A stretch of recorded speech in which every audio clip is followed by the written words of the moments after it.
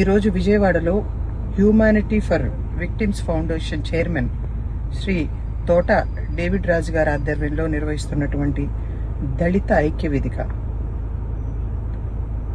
దళిత క్రైస్తవులకు ఎస్సీ హోదా కల్పించడం కొరకు చేస్తున్నటువంటి మహాగర్జన కార్యక్రమానికి ఆంధ్రప్రదేశ్ కాంగ్రెస్ కమిటీ తరపున ఏఐసిసి సభ్యురాలుగా పూర్తి మద్దతు ఇస్తా ఉన్నాను.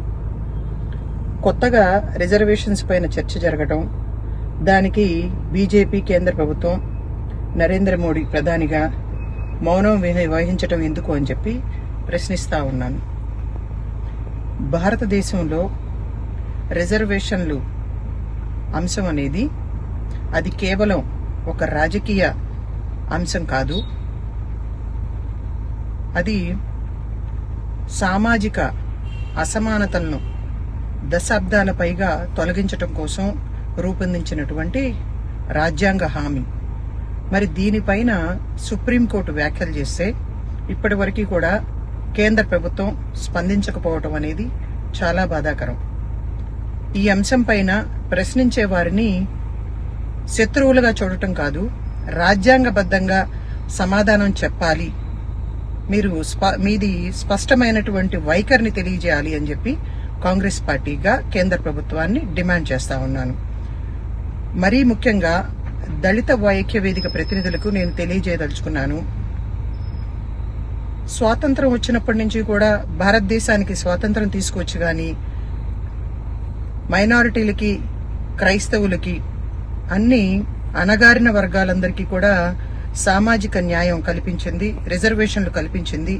బాబాసాహెబ్ అంబేద్కర్ గారి రాజ్యాంగం ప్రకారం గౌరవించి హక్కులను కల్పించింది అఖిల భారత కాంగ్రెస్ కమిటీ.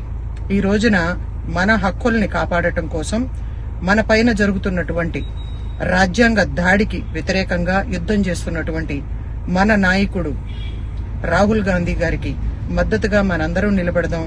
మరి ఏ పార్లమెంటు సాక్షిగా అయితే అంబేద్కర్ గారిని అవమానించారో హోంమంత్రి అమిత్ షా గారు, మరి ఆ రోజున కాంగ్రెస్ పార్టీ, అఖిల భారత కాంగ్రెస్ పార్టీ పిలుపు మేరకు దేశవ్యాప్తంగా కాంగ్రెస్ పార్టీ ప్రతినిధులు అందరం కూడా నిరసన కార్యక్రమాలు చేపట్టాం.